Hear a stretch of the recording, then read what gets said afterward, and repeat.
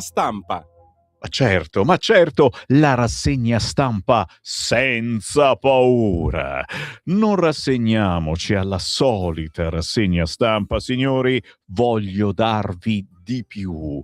Voglio farvi godere di questa rassegna stampa, voglio che quando usciate di casa questa mattina abbiate sul tavolo quelli che sono i problemi di questa giornata.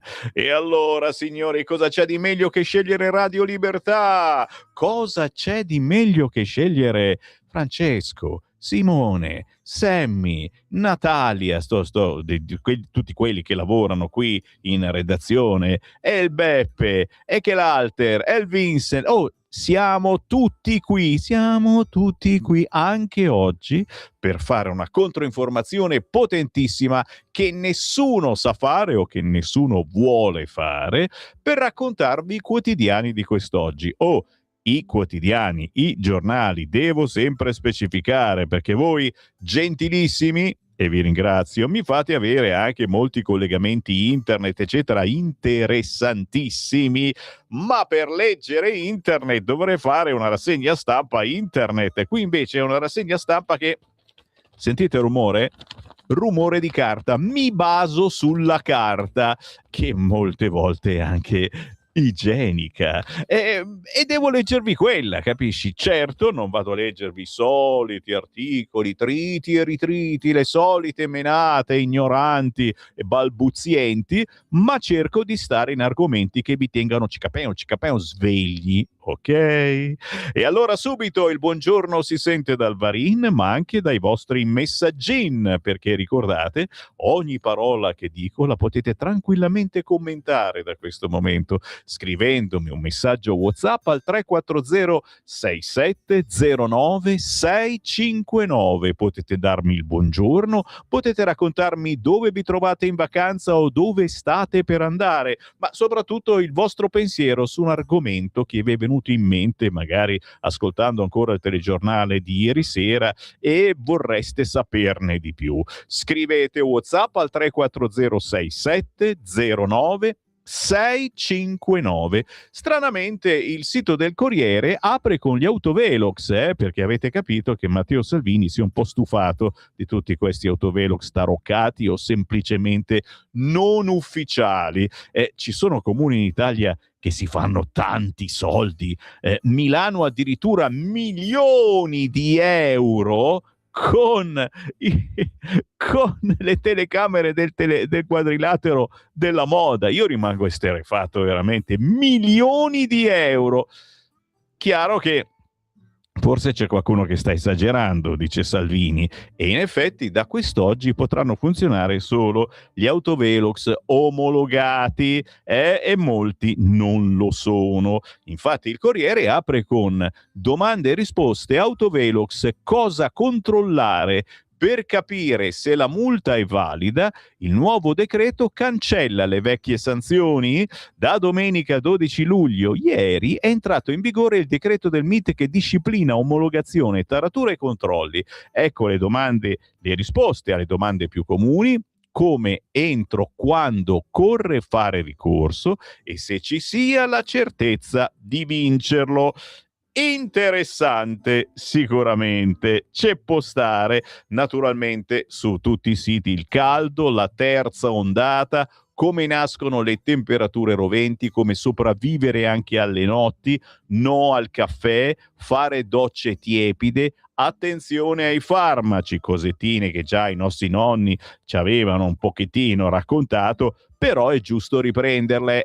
No al caffè, ma insomma un bel caffè freddo magari, fare docce tiepide, ma io magari me la faccio gelata, un po' più corta. Attenzione ai farmaci, vabbè, se non li prendo muoio io, e quindi, come vedete, vi ho già smontato tutta la situazione. No, Varin, è vero che i farmaci possono non avere lo stesso effetto con il caldo, con il freddo, perché poi anche tu hai una pressione diversa, e quindi vai dal dottore, che tanto non ha un cacchio da fare in questo periodo. Siamo sempre sul Corriere, lo dico per chi giustamente sta facendo le valigie per andare al mare. Il paradosso della crema solare: perché chi la usa può finire per rischiare di più? Cioè, non metti la crema e rischi di scottarti. Metti la crema e rischi ancora di più. I comportamenti virtuosi da adottare per evitare le ustioni. Vabbè, tutto vostro il Corriere, ve lo rifilo volentieri, vado invece su Repubblica, vediamo l'apertura di Repubblica che apre con bonifici tra parenti e amici, dalle soglie alle causali, tutto quello che c'è da sapere. Oh, cioè vuol dire che non è successo niente quest'oggi, eh? No, e invece è successo e come, ma chissà perché Repubblica c'è questa. Nuovi raid USA per Hormuz, un morto, Teheran, colpite basi americane in Giordania, Bahrain e Kuwait. Ma la domandona che tutti ci facciamo, dite la verità se è così, e giuro voglio saperlo, me lo dovete dire, 34067096659, che siate a letto sotto le coperte, che siate seduti sul gabinetto, che invece siate in macchina e mi state ascoltando con la Radio DAB diretti verso il lavoro o magari verso le vacanze. Ma questo Hormuz è chiuso o aperto? C'è chi dice chiuso, l'altro dice no, è aperto. No, invece è chiuso. No, è aperto, ma bisogna pagare. Ma ci stanno prendendo in giro con questo Hormuz. E guarda un po', picciu, i prezzi di benzina e gasolio stanno di nuovo salendo a bradar. Santa pazienza, ma noi siamo molto pazienti. Siamo pazienti. E allora sai che faccio? Mollo subito questi quotidiani, quelli che vi ho letto sono online. Vedo che già stanno arrivando WhatsApp al 34067096659. Bravi, continuate così. E sapete dove vi porto questa mattina? Tu dici ci porterai sul quotidiano Il Manifesto.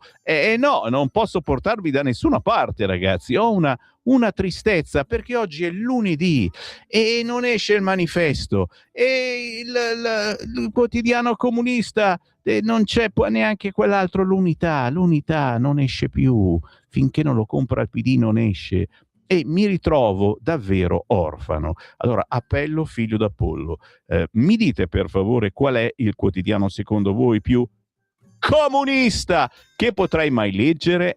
Me lo dite al volo, così lo vado a ricercare. Abbiamo un computer di bordo potentissimo che se gli inserisci un quotidiano comunista te lo fa vedere in 3D, in 4D, cioè ti esce fuori proprio il comunista che cerca di prenderti.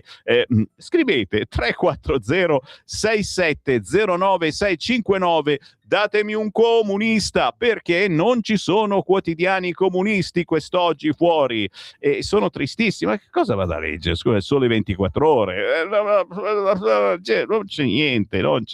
Poi c'è quello che continua a vincere a tennis. Fatemi sapere al 340 6709 659 il quotidiano più comunista che oggi potrebbe essere in edicola e io ve lo propongo. Nel frattempo, ci giriamo intorno, signori, perché andiamo sul quotidiano La Stampa. Tu dirai, ma per qual motivo quel Sammy Varin, leghista doc RIA, targa 1987, vuol passar per comunista? Ma ci mancherebbe altro, ma lo sapete, cari piccolini ascoltatori, che se vi porto su un giornale vuol dire che questo giornale ci regala emozioni particolari. E La Stampa che emozioni ci regalerà? Aspettate e vedrete. Intanto, titolo principale: ad Hormuz torna la guerra. E questa è un po' la doccia fredda, che non fa male la doccia fredda, ma che però facevamo volentieri a meno perché speravamo che adesso si fossero messi d'accordo. No! Missili su una portacontainer, il Pentagono risponde, l'Iran, lo stretto è chiuso, Trump nega, dice lo stretto è aperto, colpite le basi americane nella regione e i negoziati adesso sono appesi a un filo. Nel Golfo Persico è tornata la guerra. Teheran lancia una raffica di attacchi contro basi americane e navi in transito da Hormuz, una portacontainer è stata centrata da missili. Il regime sostiene di avere chiuso nuovamente lo stretto, circostanza negata da Trump. A loro volta gli USA colpiscono centinaia di obiettivi in Iran. La ripresa degli scontri non non esclude la prosecuzione dei negoziati, sono lì che si menano, ma certo si possono benissimo fermare per fare negoziati, che però appare appesa a un filo, e il fatto che ci sia questo filo in prima pagina sul quotidiano La Stampa ci fa molto ridere in questa valle di lacrime, naturalmente. Per fortuna che c'è Sinner, Yannick di nuovo vincitore a Wimbledon, Zverev, come si dice? Zverev, ok, Zverev KO in 4-7. Bravo Sinner. Adesso cos'altro potrebbe pubblicizzare Sinner? La carta igienica l'ha già pubblicizzata. Mi pare che gli manchi, è vero? Vabbè, comunque qualunque cosa lui pubblicizza per noi va bene, è il nostro campione. Attenzione, attenzione, perché il campione vero di quest'oggi è Orsini. Oggi il quotidiano La Stampa intervista il presidente di Confindustria. Orsini parla delle ZES, le ZES che sono le zanzare in tutta Italia, ce n'è tantissimi zanzare e molto spesso danno fastidio, no? E non sono le zanzare, le ZES, dai, sono quelle zone dove è possibile aiutare economicamente, sono zone economiche speciali.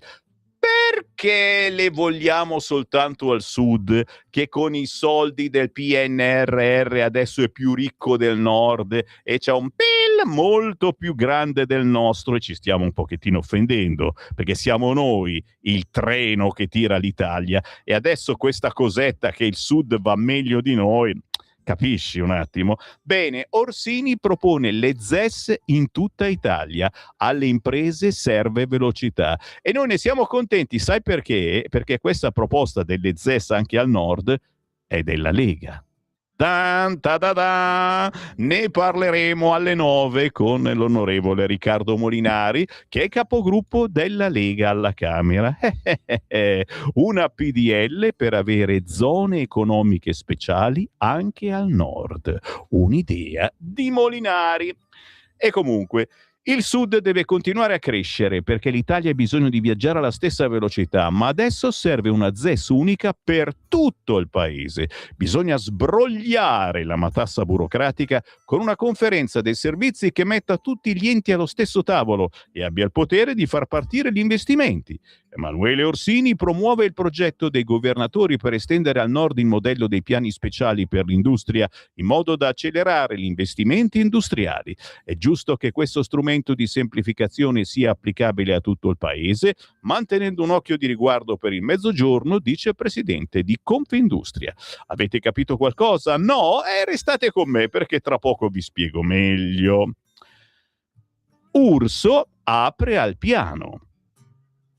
Sì, e non è che si mette a suonare il piano. Oh, Urso apre questo piano, le zone economiche speciali in tutta Italia, e si dice pronto a incontrare le regioni del nord.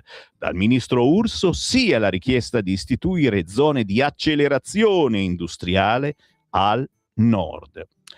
E devo dire, potrei già essere contento così, perché lo sapete, io sono convinto che il nord continui a trainare l'Italia intera e se il nord rallenta si ferma tutto quanto. Certo, facciamo iniezioni di soldoni al centro-sud che permette per fortuna al centro-sud di sopravvivere, un po' di turismo e come ne arriva durante l'estate, ma poi ritorna la tristezza di sempre. E allora cerchiamo di far ripartire la locomotiva e l'economia del nord.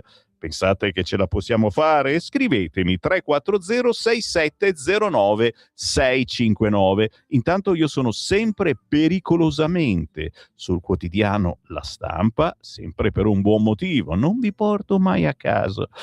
L'intervista a Gentiloni. O porco cane o poco cane. intervistano Gentiloni, quello allegro oggi sulla Stampa. Meloni e Schlein frenino l'asse degli anti-Kiev. Il vertice dei volenterosi in programma oggi a Parigi è un passo avanti nella costruzione della difesa europea, valuta Paolo Gentiloni. Peccato solo Chiosa non partecipi in prima persona la Presidente del Consiglio Giorgia Meloni. A lei, alla segretaria del PD Schlein, l'ex premier ed ex commissario europeo si rivolge perché resistano alle pressioni di quello che definisce uno schieramento trasversale di scettici sul sostegno all'Ucraina e sulla difesa europea. Resistete. Elly e Meloni, resistete a questo schieramento di scettici verso il sostegno all'Ucraina e verso a nuove imprese militari dell'Europa. Sarà. A me non mi fa eccitare in modo particolare l'idea di continuare a dare soldi e armi all'Ucraina e neppure di avere un esercito europeo, ma forse sarà che sono troppo vecchio, troppo anziano e quindi, sai, non avendo il gusto neanche di andare a combattere. Francesco, tu lo potresti fare il soldatino, quindi avresti anche una certa grinta e un po' di cazzimma. Ce l'hai il cazzimma? Certo che ce l'hai il cazzimma.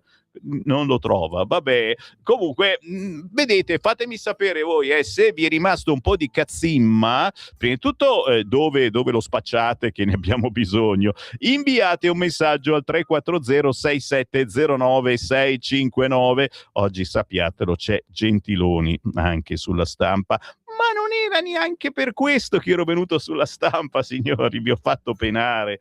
Ma sulla Stampa oggi c'è Luca Zaia. Sui fondi alla Biennale l'Unione Europea è arrogante. Allora, da questo titolo io già capisco che si sono messi d'accordo anche qua. Com'è possibile? Cioè, Luca Zaia noi lo stiamo aspettando nella Lega che diventi qualcosa di importante per il nostro partito. Luca Zaia è amatissimo dalla destra ma anche dalla sinistra, e quando un giornalista, l'altra settimana quello del Corriere, adesso Maria Corbi della Stampa, gli fa domande, firulì, firulà, gli chiede le cose più strane della vita, eccetera, i suoi aneddoti personali, eccetera.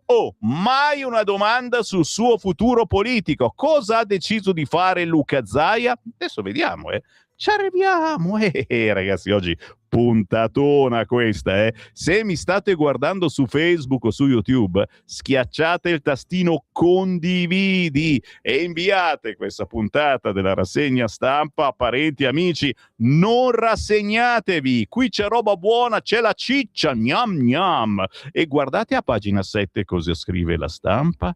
Ma gli italiani non si fidano più di Donald. Per 7 su 10 è solamente un bullo. E qui la domandona il Sammy Varina deve fare al popolo padano che ascolta Radio Libertà, ma anche quello sottopadano, cioè del centro e del sud, che so benissimo ci ascoltate molto curiosi. Vi fidate ancora di Donald Trump? Io personalmente sì, vi dico la verità, anche se ho capito che è un essere molto particolare, soprattutto ho capito che la comunicazione oggigiorno non si fa più con i microfoni chiusi, ma bisogna aprirli, e almeno qualcuno fa così, e dobbiamo quindi sopportare quello che salta fuori in un momento qualunque della giornata. È come se tu andassi in piazza con un microfono aperto e le parole che fai dire alla gente che passa poi vanno direttamente in agenzia. A volte ci può stare, a me piace tantissimo sta cosa. A volte bisogna anche selezionare quello che va in agenzia, quello che devono sentire tutti gli italiani e quello che no. Ma gli italiani non si fidano più di Donald? Per 7 italiani su 10 è solamente un bullo, per non dire maranza, già che ci siamo. Elettori di destra e sinistra convergono contro il tycoon. Per il 61,6% offende tutto il paese. Ditemi la vostra, dai. 340 67 09 659. Voglio il vostro parere. E chiaramente il sondaggio dell'Alessandra Ghisleri ha un intero paginone per cui scoprite se siete della Lega, avete detto questo, se siete comunisti ha detto quell'altro, e non sto qui naturalmente a raccontarvi, però l'umiliazione pubblica a livello internazionale è una linea rossa da non superare per l'italiano medio, quindi il fatto che abbia detto cose Trump che poteva benissimo dire al suo segretario, rimaneva lì tra di voi e si facevano una risata, e queste le ha dette al pubblico, cose ad esempio che riguardano la nostra Meloni, non è bello e soprattutto non fa bene al dialogo, all'amicizia tra questi paesi importantissimi del mondo. Giro di nuovo la pagina ed eccolo qua. Prima di Gentiloni, santa polenta, meno male, prima di Gentiloni me l'hanno messo Luca Zaia. Pagina 9 del quotidiano La Stampa. Mi piace per voi, mi piace, dovete procurarvi il quotidiano La Stampa quest'oggi. Se siete di Torino vi consiglio, firulì firulà, andate a fare colazione in un bar del centro di Torino e tranquillamente La Stampa la potete leggere a gratis. Luca Zaia, sulla Biennale un'arroganza mai vista. L'Unione Europea mostri lo stesso zelo per tutti. Il presidente del Consiglio regionale Veneto, la cultura è anche diplomazia, se non la tuteliamo è finita. L'intervista di Maria Corbi a Luca Zaia, chissà che gli farà qualche domandina. La decisione della Commissione europea di raccomandare la revoca dei finanziamenti alla Biennale di Venezia è, secondo il presidente del Consiglio regionale del Veneto, Luca Zaia, un atto di arroganza senza precedenti. Ma perché, lo sapete, c'era la Russia, siamo andati anche a visitare lo stand, era bellissimo, ci hanno dato la vodka. Oppure, presidente, solo una conseguenza delle sanzioni imposte a livello europeo? Risponde Luca Zaia. Mi chiedo se tanto zelo e tanto attivismo europeo sia stato applicato anche in altre occasioni, extracultura per altri paesi, perché immagino che in Europa non se ne stiano tutti a casa buoni, non trattano più col mercato russo, non si faccia più niente. La Biennale è un'istituzione culturale che ha una visibilità internazionale, uno dei gioielli più preziosi di questo paese. Il nostro biglietto da visita, un luogo che movimenta milioni di persone ogni anno da tutto il mondo. Nasce nella notte dei tempi ed è strutturata in maniera autonoma, tanto che alcuni paesi hanno proprio il loro padiglione, la loro struttura, e non hanno bisogno di invito, come la Russia che lo ha dal 1919, quindi ha un suo padiglione, se l'è comprato. Questo non significa che le sanzioni non debbano essere applicate, dice La Stampa. Io faccio due considerazioni, una formale, ossia che la Biennale è autonoma, e una sostanziale, ovvero che la partecipazione dei russi non significa fare propaganda per il governo russo. Deve essere chiaro che l'aggressore è la Russia e l'aggredito è l'Ucraina. La storia ci insegna che ci devono essere necessariamente delle no-fly zone, delle zone libere nei casi delle sanzioni. Peraltro l'Europa le avrebbe anche previste per la cultura. La Biennale non è un tribunale e chiedo ai benpensanti, visto che almeno abbiamo 60 focolai di guerra nel mondo, se ci sia altrettanto rigore e altrettanta enfasi in tutti i casi. Se l'avessimo usato la stessa unità di misura, mi sa che più di qualche paese dovrebbe andarsene dall'esposizione, ma se la cultura comincia ad avere censure, è la fine. In ogni caso, non ho mai visto artisti dentro la Biennale che non abbiano inneggiato alla pace e alla democrazia. È come se noi avessimo oggi da ospitare Guernica di Pablo Picasso durante la guerra civile spagnola. Lei pensa che il governo sia stato debole nella difesa di Buttafuoco della Biennale? Chiede La Stampa a Luca Zaia. Doveva essere un'occasione diplomatica tutta questa storia, poi, per un padiglione che è aperto solo un paio di giorni e che non è nemmeno nel cartellone della Biennale. Buttafuoco va difeso e non messo sul banco degli imputati. L'Europa ha una posizione vergognosa. Abbiamo la certezza che tutti rispettino ogni forma di ostracismo nei confronti della Russia? A me fa sorridere, mi viene in mente una frase di Hemingway: la guerra è il luogo dove gli uomini peggiori mandano a morire gli uomini migliori. Le guerre finiscono con la diplomazia, non con le bombe. L'Europa, invece di tagliare i fondi alla Biennale in maniera vergognosa e schizofrenica, doveva approfittare di questa vicenda per far partire una vera azione diplomatica, magari proprio utilizzando Venezia come sede delle attrattive. Il ministro Giuli era di diverso parere, dice la stampa. Avete avuto dei giorni dell'apertura della Biennale e un'accesa polemica. Risponde Zaia, se tu guardi le carte, il ministro ha fatto il ministro, però adesso dobbiamo andare avanti. Io penso che Giuli e Buttafuoco debbano lavorare tutte e due nella stessa direzione. A me piace perché qualcuno ormai la vuol far diventare una questione di... A me spiace perché qualcuno ormai la vuol far diventare una questione di partigianeria. O stai dalla parte della Russia o da quella dell'Ucraina. L'Ucraina è stata aggredita e si deve trovare una soluzione, ma non compete alla Biennale. E adesso cosa dovrebbe fare il governo per reagire a questa punizione? Dice Zaia, la Premier deve rispondere per le rime a un'Europa che sta diventando schizofrenica e nel frattempo finiamola di far credere ai cittadini che i soldi che l'Europa ci dà siano delle gentili concessioni. L'Europa non ha una miniera d'oro, distribuisce i soldi che noi le diamo. Noi siamo come l'Italia un contribuente attivo, vuol dire che diamo più soldi di quelli che l'Europa ci restituisce. Anche alle Olimpiadi non è stata ammessa la Russia e sport e cultura hanno alla base principi comuni. Alle Olimpiadi no, ma alle Paraolimpiadi sì, e non mi sembra roba da poco. Personalmente penso sia stato sbagliato comunque vietare alla Russia di partecipare alle Olimpiadi. Lei ha ospitato Buttafuoco nel suo podcast Il Fienile, ricevendo anche critiche dai suoi. Fuoco amico? Buttafuoco ha spiegato in maniera inaccepibile e lineare tutta la vicenda e qui da noi sono tutti con lui. Nessuno vede in maniera distorta il fatto che la Russia alla Biennale significhi che l'Italia sia schierata con Mosca.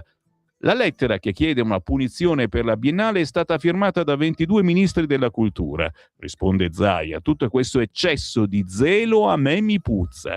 Il problema mondiale adesso è la Biennale che apre 2 giorni un padiglione e poi chiude quando arriva il pubblico, padiglione che non è neanche di proprietà della Biennale. Comunque il governo deve spingere su questo concetto, chiarire che noi siamo dalla parte dell'Ucraina, tutti, ma che se non si tutelano la libertà e la cultura è finita. Così il bell'articolo con Luca Zaia, pagina 9 del quotidiano La Stampa, dove si è evitato accuratamente qualunque domanda politica. Ma c'è pure Gentiloni a pagina 10, ragazzi, e che faccio? Non vi leggo almeno un trafiletto? Dai, senti qua. Paolo Gentiloni dice: c'è un asse trasversale anti-Kiev, Meloni e Schlein resistano alla pressione. L'ex premier non è in gioco solo la compattezza delle alleanze, ma anche la nostra collocazione europea. Ragazzi, sveglia, qualcuno si sta addormentando. Nessuno paventa i cavalli dei cosacchi a San Pietro, quindi che non è che entrano i russi a Roma e abbeverano i loro cammelli. Ah no, loro non c'hanno i cammelli. Ma dopo l'attacco a Kiev mi pare evidente la minaccia russa. Ragazzi miei, prepariamoci. Mandando a Parigi il ministro degli esteri anziché la premier, l'Italia si conferma la più svogliata tra i volenterosi. Siamo svogliati. Confido che il PD non cambi posizione sull'Ucraina. Sono fiducioso nel fatto che Schlein non la cambierà. Signori, queste sono soltanto alcune delle frasi capitali che il buon Gentiloni, prossimo Presidente della Repubblica, dice quest'oggi sul quotidiano La Stampa. Aspetta un attimo, che a un certo punto parla del governo Lega giallo-verde. No, niente. Me ne vado, mollo questa pagina se vi interessa. Oggi il quotidiano La Stampa è tutto vostro, ma è vostro anche per altri motivi, perché poi a pagina 11 parla di legge elettorale, rush finale, Meloni vuole le preferenze, ma teme il fuoco amico in aula, ok? E a pagina 12 ecco l'argomento che ci piace tanto, da cui io non mi discosterò per tutto il giorno e tutta la notte, sappiatelo. La ZES, le ZES, chiamatele come volete, poi diciamo, chiediamo bene alle 9 a Riccardo Molinari, le ZES, le zone economiche speciali. Signore e signori, la notizia di quest'oggi è che il governo apre al piano per il Nord con la T. Urso, vedrò le regioni per dare anche alle regioni del nord le zone economiche speciali. Siete eccitati, lo so, fatevi una doccia fredda perché adesso c'è la pausa musicale con un pezzo bellissimo di Francesco Cabestri e poi vi spiego tutto.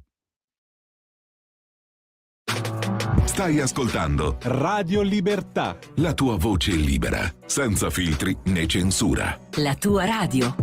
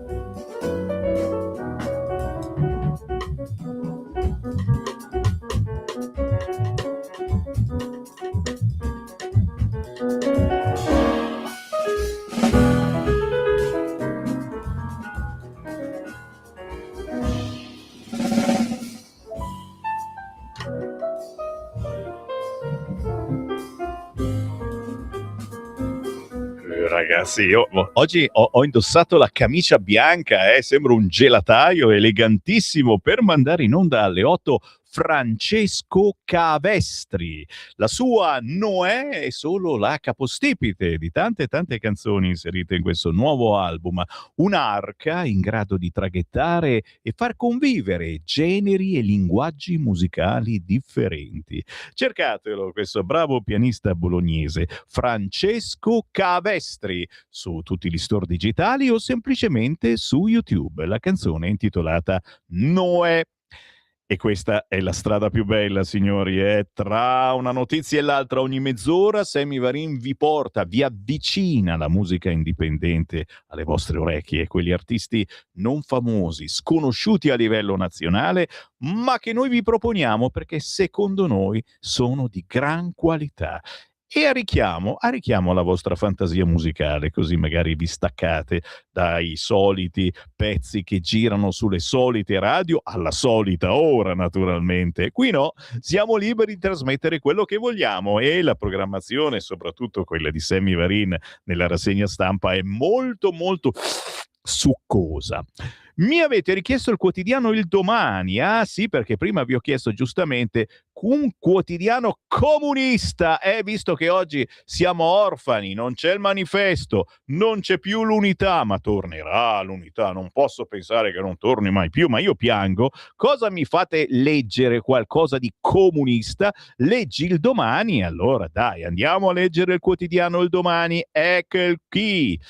USA e Iran dialogano con le bombe, ricomincia la battaglia di Hormuz. In Ucraina è guerra di missili, ma la svolta dei Patriot è ancora lontana. Gli Stati Uniti attaccano, Teheran risponde. Colpita una nave nello stretto che torna a essere chiuso. No, è aperto. Sì, è chiuso. No, è aperto. Sì, è chiuso. Gli effetti sull'economia mondiale sono già evidenti. Poco petrolio, mentre aumenta l'inflazione. Tra parentesi, io ci metterei un Alegher. Naturalmente il ritorno di Sinner, Wimbledon è ancora casa sua. E poi una scuola a prova di caldo e condizionatori non bastano, e l'abbiamo capito un po' tutti quanti che si fa difficile la situazione. Qualcuno voleva provare a fare lezioni anche a luglio e agosto, e forse è meglio starsene a casa. Giro quotidiano, anzi giro questa volta sui vostri messaggi che stanno arrivando copiosi al 340 6709 659. Voglio sapere cosa hanno concluso i colloqui delle delegazioni USA-Iran, dato che non sono d'accordo su nulla.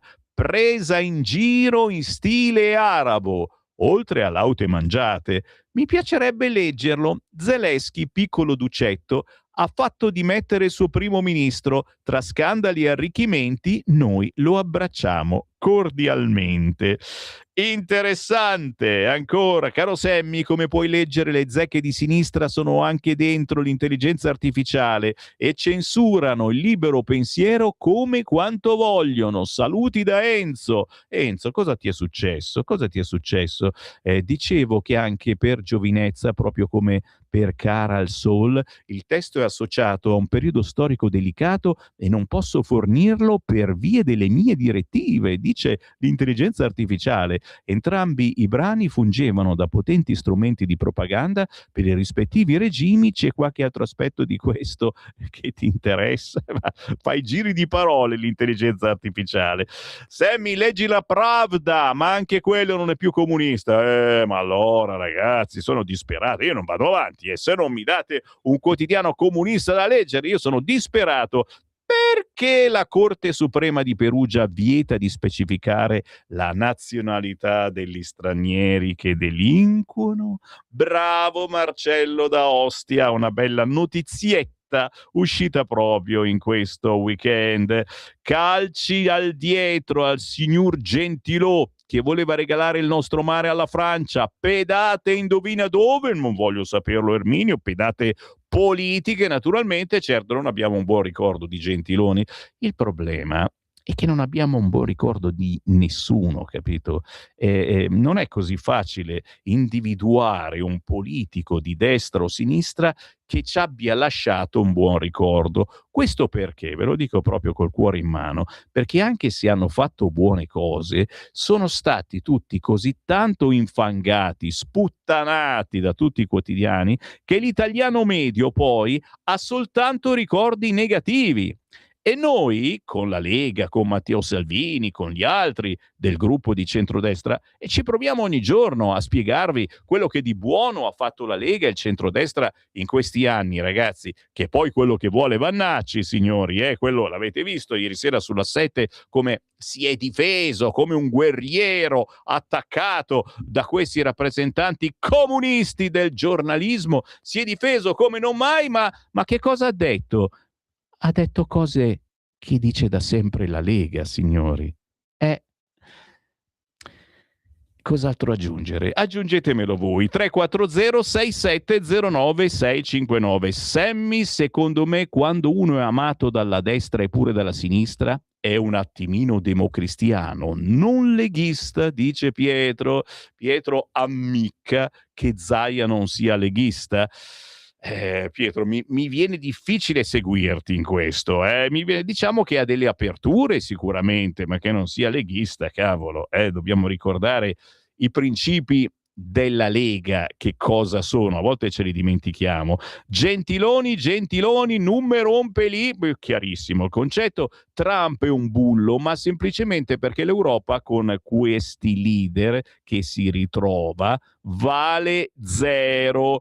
E qua mi fermo perché aver parlato di Gentiloni, ragazzi, ho fatto scoppiare una bomba. Restate lì che i vostri messaggi ho tutta la mattina per leggervi. Continuate a scrivere 340 6709 659 e io vado sulla ZES.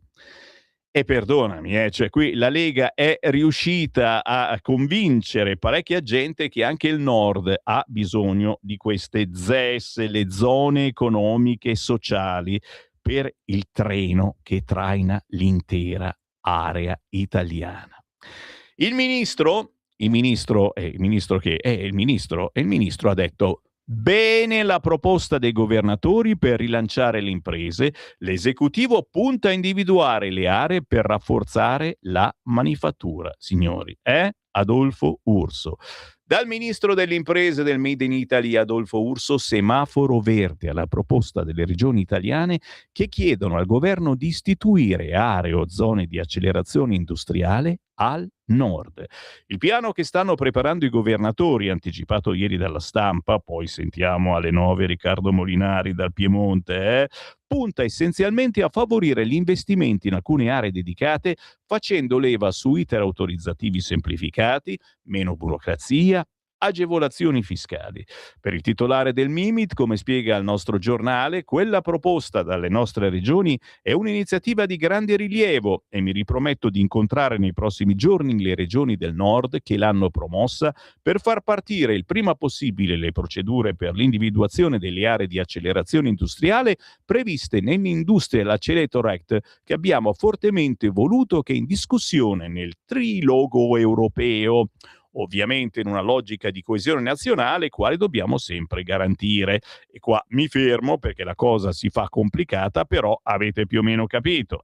Ieri sulla stampa, è stata pubblicata l'anticipazione di questo documento delle regioni che chiedono un piano speciale anche per il nord. L'obiettivo è di avere meno burocrazia e tasse, oltre a maggiori incentivi. Allo studio anche un'area di logistica che comprenda l'intero centro-nord. Russo, che è il ministro delle imprese del Made in Italy, ha aggiunto: l'incontro sarà l'occasione per confrontarci sulle misure di semplificazione che vogliamo realizzare nel prossimo decreto imprese, consapevoli del successo della ZES unica. Interessante anche il riquadro che c'è sempre sul quotidiano La Stampa. Io non sono qui adesso a fare il venditore di giornali, ma la pagina 12 della Stampa è peraltro interessante. Domande e risposte come funziona, cos'è e come funziona il modello nato nel 2024. In poche parole, cosa sono le ZES? Le zone economiche speciali sono aree geografiche delimitate con pacchetti di incentivi, agevolazioni, semplificazioni alle imprese che investono. Quanti tipi di zone speciali esistono? L'Ocse ne ha individuati 4 tipi: le zone di libero scambio presso porti e aeroporti con esenzioni parziali o totali sui dazi, le Export Processing Zone con agevolazioni per la riesportazione di beni lavorati in loco, le zone speciali industriali con agevolazioni limitate a specifici settori, infine le zone economiche speciali vere e proprie. Quante sono nel mondo? Uno studio di The European House Ambrosetti ne ha censite nel 2011 circa 4.500 in 130 paesi diversi del mondo. Più del 40% si trovano in Cina. Le ZES di Shenzhen, la prima istituita negli anni '80 con le riforme economiche di Deng Xiaoping, ha trasformato un piccolo centro di pescatori in un motore tecnologico e manifatturiero, una Silicon Valley mandarina, con 3 dei porti più trafficati al mondo, pensate un po'. Quante sono in Europa? La stessa ricerca ha individuato 90 zone speciali istituite a vario titolo nell'Unione Europea. Il trend è accelerato a partire dalla crisi economica 2008-2011. Qual è la prima ZES? La prima moderna zona franca in Europa è considerata la Shannon Free Zone, istituita nel 1959 presso l'aeroporto di Shannon in Irlanda. Quali sono i requisiti e i paletti delle attuali ZES europee? Nell'Unione Europea le ZES operano entro i limiti sugli sugli aiuti di Stato del trattato, articoli 107 e 108. Gli incentivi devono essere autorizzati dalla Commissione Europea per evitare distorsioni della concorrenza. I benefici sono crediti d'imposta per gli investimenti, procedure autorizzative semplificate attraverso uno sportello unico digitale e accesso a infrastrutture logistiche dedicate. Per questo sono spesso localizzate in aree portuali, retroportuali o comunque dotate di infrastrutture logistiche e di trasporto avanzate. Chi le ha usate come motore di sviluppo? Istituite nel 94, le ZES polacche hanno rappresentato uno dei principali strumenti di politica industriale del paese. Dal 2018 il sistema è esteso all'intero territorio nazionale attraverso il programma Poli Investment Zone, pur mantenendo operative le società che gestiscono le 14 ZES storiche. La ZES di Katowice, la più volte premiata, ha oggi favorito le tecnologie legate all'industria 4.0. Qua mi fermo, ma certamente ci sta parlando del futuro, il quotidiano La Stampa, un futuro molto voluto da una certa Lega. E per darci ancora più convinzione di questo, a pagina 13 l'intervista a Emanuele Orsini, presidente di Confindustria. Cosa dice? Giusto estendere le ZES in tutta l'Italia, le aziende vogliono rapidità e certezze.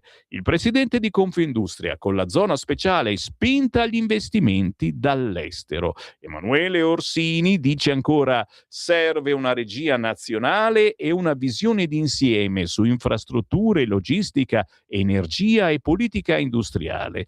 Dal momento in cui presento una richiesta, devo sapere entro quanto riceverò una risposta. Oggi ci sono imprese che aspettano 4, 5, addirittura 7 anni per ottenere una concessione. Quindi le ZES, oltre che soldi, sono peperoncino in culo. Lo so, è una roba che può bruciare, ma ti assicuro vai più veloce col peperoncino in culo. Pagina 18, scherziamo un po', ragazzi miei, in questa valle di lacrime, però ci sono robe buone anche sulla Stampa, chi l'avrebbe mai detto? Va bene, passiamo alle cose cattive è una questione di punti di vista. Pagina 18, signori, ne intervistano un altro, uno scrittore greco che dice: contro i migranti solo ostilità e indifferenza. Il Nobel a Lampedusa può aiutarci a cambiare. Eccoli qua, ogni giorno ne intervistano uno che fa il tifo Nobel, Nobel, Nobel all'isola di Lampedusa. questa volta lo scrittore greco Petros Markaris, che dice: la remigrazione non è una soluzione. La remigrazione, lo sapete, è praticamente l'argomento della prossima campagna elettorale, ce lo diciamo, non è una soluzione, si basa sulla paura dei cittadini per gli stranieri. Sai com'è? Fanno un po' paura in effetti, a quelli cattivi, chiaramente, non è che li rimigriamo tutti, bisogna spiegarglielo a questa gente. Le persone che sbarcano sulle coste europee dovrebbero essere distribuite tra i paesi dell'Unione. Ma certo, è quello che fanno. Il problema è che quando poi non vanno bene ce li rimandano indietro a noi e noi siamo riempiti di feccia, di tamarri, un termine desueto ormai, però avete capito cosa intendo? E questi tamarri, che poi sarebbero i maranza di oggi, insegnano ai nostri figli come si campa nelle grandi città. L'avete capita questa cosa? Se avete dei figli di 14, 15, 16 anni, sicuramente hanno incontrato per strada dei maranza che hanno cercato di insegnargli come si vive per strada, ad esempio cercandogli di rubare la bicicletta, il motorino o semplicemente l'anellino o il telefonino. Pensateci. Io mi taccio. Paginone comunque interessante, pagina 18 del quotidiano La Stampa, perché bisogna dare il Nobel, visto che non lo diamo più al presidente americano, noi dagli il premio Nobel, che cavolo, lo diamo all'isola di Lampedusa. Oh, una buona notizia, miracolo, su questa valle di lacrime che oggi il quotidiano La Stampa. Torino, il 92enne da 8 giorni non vedeva nessuno, mi sento abbandonato. Lui chiama la polizia, l'intervento è una carezza. Eccolo qua nella fotografia, chi ci guarda in radiovisione, sui social o sul nostro sito, Luigi Giacosa, 92 anni, con gli agenti del commissariato centro e delle volanti della Polizia di Stato che sono andati a trovarlo nella sua abitazione a Torino, nel quartiere Aurora. E questo è l'appello figlio d'Apollo che faccio a tutti gli anziani. Non è che dovete far venire lì la polizia per forza, però ragazzi miei, andare a parlare con un vicino. Capisco che magari è sordo il vostro vicino e magari siete un po' sordi anche voi. Urlate, oh signor, cosa mai sarà? E fatevi una chiacchierata urlatosa e cercate di fermarvi quando incrociate qualcuno per strada a fare due chiacchiere, per piacere, per favore. Non chiudiamoci in noi stessi. Noi del nord siamo veramente troppo freddi su questa cosa, troppo freddi. Cerchiamo un attimino di, non dico fare amicizia, ma di perdere qualche minuto con questa gente. Chiaramente anche voi che siete più giovani, che avete la possibilità, regalate qualche minuto agli anziani. Non sapete quanto piacere li fanno, perché in una giornata a volte non vedono proprio nessuno. Zero. Ok? Paginone comunque bellissimo oggi sul quotidiano La Stampa, dedicato ai più anziani, in questo caso al fatto che ci voglia così poco per andarli a salutare. Ci sono quelli invece che si imboscano di brutto in questi giorni.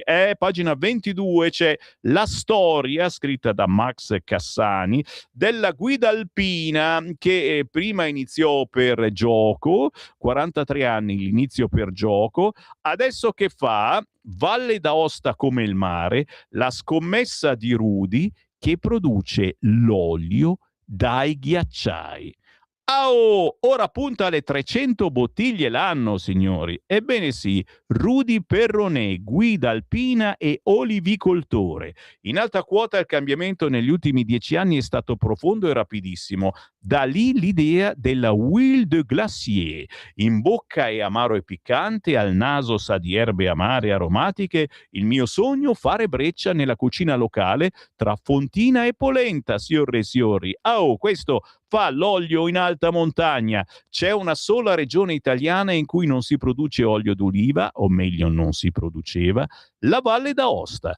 Da 3 anni non è così, ci ha pensato una guida alpina della Val d'Ayas, il 43enne Rudy Peronet. Di giorno sale sui ghiacciai, il pomeriggio scende tra i suoi olivi sulla collina di Montjovet, in bassa valle tra Ver e Châtillon, un segno tangibile di come il cambiamento climatico stia trasformando territorio e mestieri, e in quota ma anche in pianura. In effetti fa specie vedere un pezzo di macchia mediterranea in una regione da sempre associata a neve, torrenti, vini e formaggi che sanno di montagna, signori.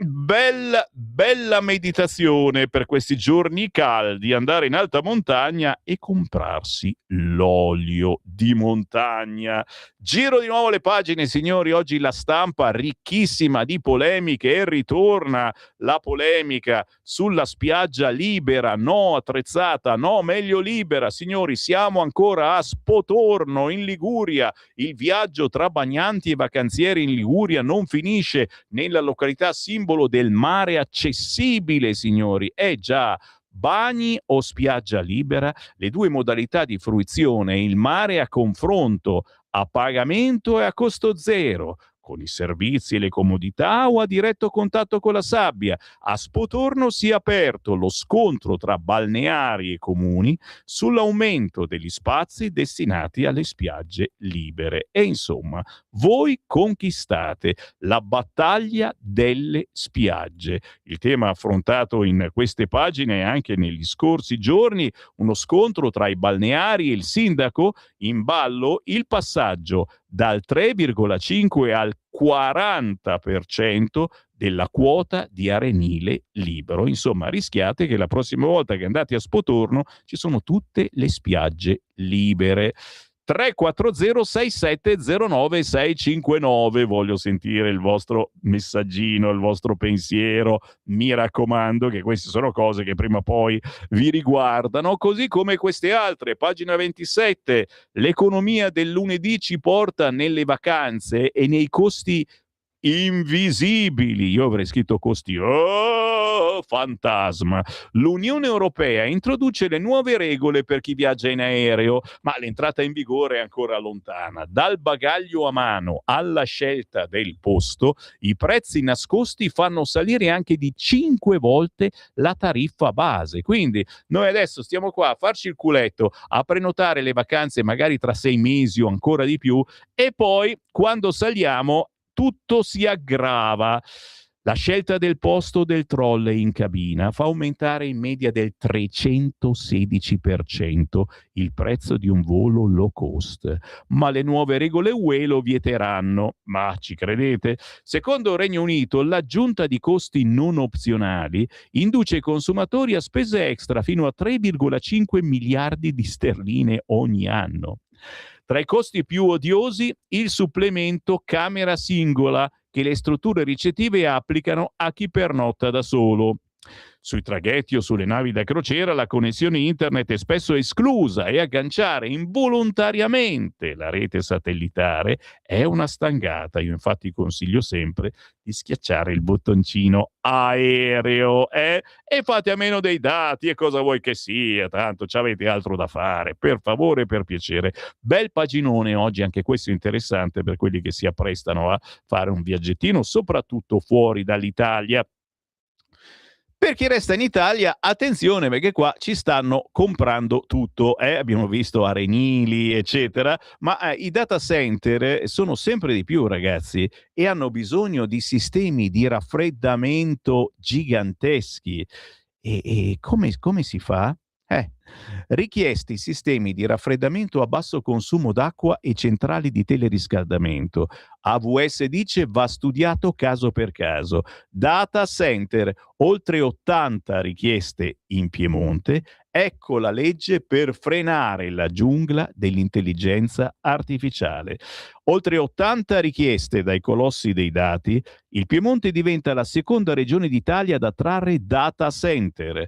La giunta Cirio è pronta ad approvare la legge per porre un freno con centrali di teleriscaldamento e bassi consumi d'acqua. Importante averli sul nostro territorio, ma non deve essere una giungla, afferma l'assessore all'ambiente Marnati. A settembre una consultazione pubblica, ma l'Alleanza Verdi e Sinistra chiede di più.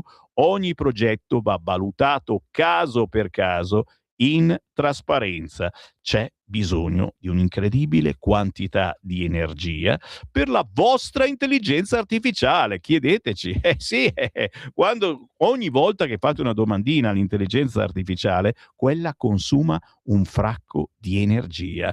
E dove la va a prendere?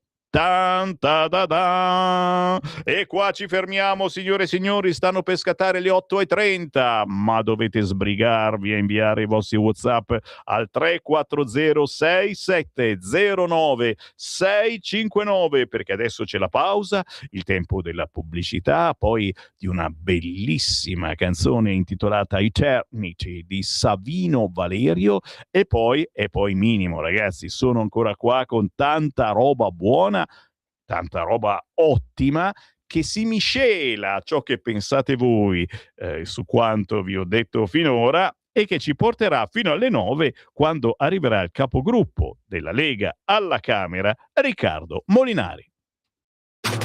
Stai ascoltando Radio Libertà. la tua voce libera, senza filtri né censura. La tua radio.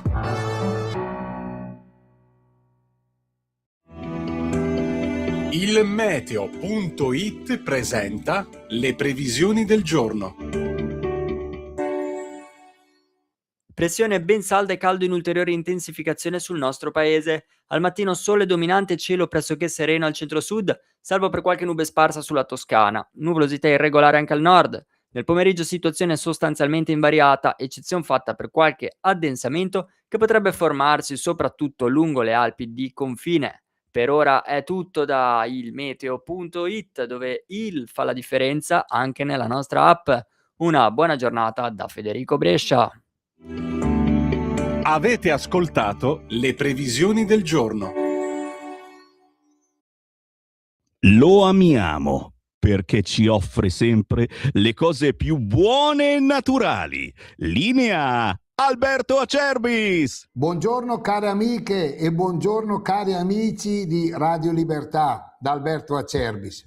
030 68 44 08 oppure olioacerbis.com. Prenotate per il vostro fabbisogno primavera e estate il nostro olio extravergine di oliva Acerbis.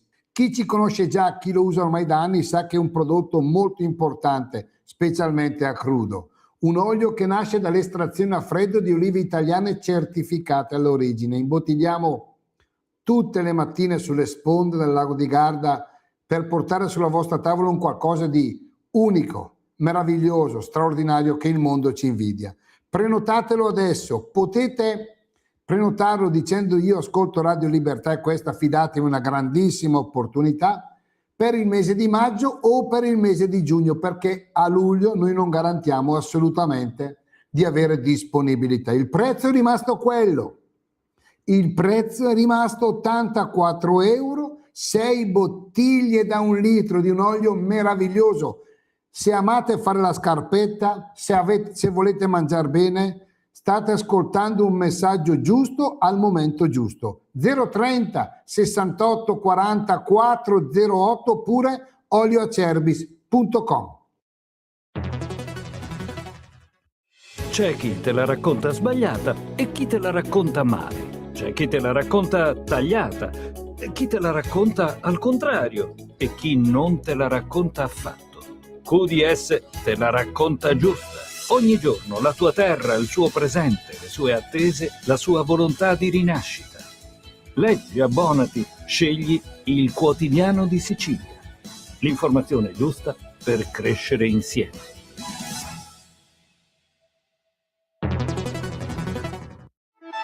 Stai ascoltando Radio Libertà, la tua voce libera, senza filtri né censure, la tua radio.